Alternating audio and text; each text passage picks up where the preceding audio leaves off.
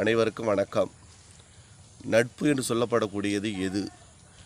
நட்பு என்று சொல்லப்படக்கூடியது எது என்று தெரியாமலே இன்றைக்கி நாம் வாழ்ந்து கொண்டு தான் இருக்கின்றோம்.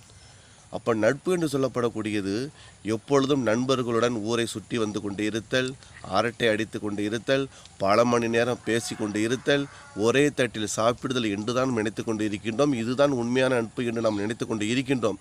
அது நட்பு அல்ல. அப்போ நட்பு என்று சொல்லப்படக்கூடியது நாள்தோறும் வளர்ப்பிறை போல் வளர்ந்து கொண்டே போக வேண்டுமே ஒழிய தேய்ப்பிறை போல் தேய்ந்து விடக்கூடாது. கரும்பை சாப்பிடுகிறோம், நுனி கரும்பிலிருந்து சாப்பிடுகின்ற பொழுதுதான் வாழ்க்கை அடிகரும்பு வரைக்கும் இனிக்கக்கூடியதாக இருக்கும். எடுத்த உடனே அடிகரும்பு இனிப்பதாக இருந்துச்சுன்னா போக போக கசந்து போகும். நம்ம நுனிகரும்பு சாப்பிடுவதை போல தான் நட்பையும் பயன்படுத்துதல் வேண்டும். உப்பை எவ்வாறு பயன்படுத்துகிறோமோ அதே போல தான் நட்பும் அந்த அளவாக இருந்தால்தான் அந்த நட்புக்கு ஒரு அழகு தரக்கூடியதாக இருக்கும். அன்று நட்புக்கு எடுத்துக்காட்டாய் விளங்கியவர்கள் கோப்பெரும் சோழன், பிசிராந்தையார்.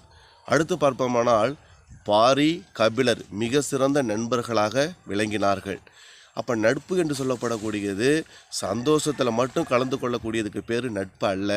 மாறாக நண்பனுடைய துன்பத்தையும் துடைக்கக்கூடிய இடத்தில் நாம் இருந்து கொண்டு இருக்கின்றோம்.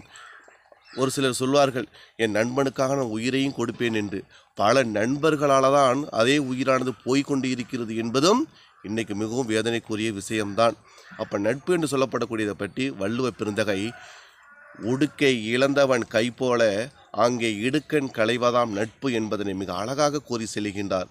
இடுப்பில் ஆடைகள் கட்டப்பட்டிருக்கின்றன. அந்த ஆடை கொஞ்சம் கொஞ்சமாக அவிழ்ந்து கீழே விழுவ போகின்ற நிலைமையில் இருந்து கொண்டு இருக்கின்றது. உடனே என்ன பண்ணுறோம், சரி செய்து கொள்கிறோம். அதனே போல நண்பனுக்கு ஒரு துன்பம் வந்தால் ஓடோடி சென்று உதவி செய்கிறோம் இல்லையா, அதற்கு பெயர்தான் உண்மையான நட்பு என்று சொல்லப்படக்கூடியதாகும். வாழ்க்கையில் இன்பத்தில் கலந்து கொள்ளக்கூடிய நாம் அவனுடைய துன்பத்தையும் தனக்கு வந்ததாக என்று கருதி அவன் துன்பத்தை துடைக்கக்கூடிய இடத்தில் நாம் இருந்து கொண்டு இருக்கின்றோம். அதுதான் ஒரு உண்மையான நட்பு என்று சொல்லப்படக்கூடியதாகும். வாழ்க்கையில் நண்பர்கள் என்று சொல்லப்படக்கூடியவர்கள் இணைந்தே இருக்க வேண்டும் என்பது மட்டும் அல்ல, மாறாக அவனுடைய துன்பத்தையும் துடைக்கக்கூடிய ஒரு இடத்தில் இருந்து கொண்டு இருக்கின்றாய் என்பதனை முதலில் நீ உணர வேண்டும். நண்பன் என்று சொல்லப்படக்கூடியவன் ஒருவனுக்கு சிறந்த ஒரு வழிகாட்டியாக இந்த மண்ணில் இருக்க வேண்டும். மேலும் வேறொரு அதிகாரத்தின் வழியாக சந்திப்போம். நன்றி, வணக்கம்.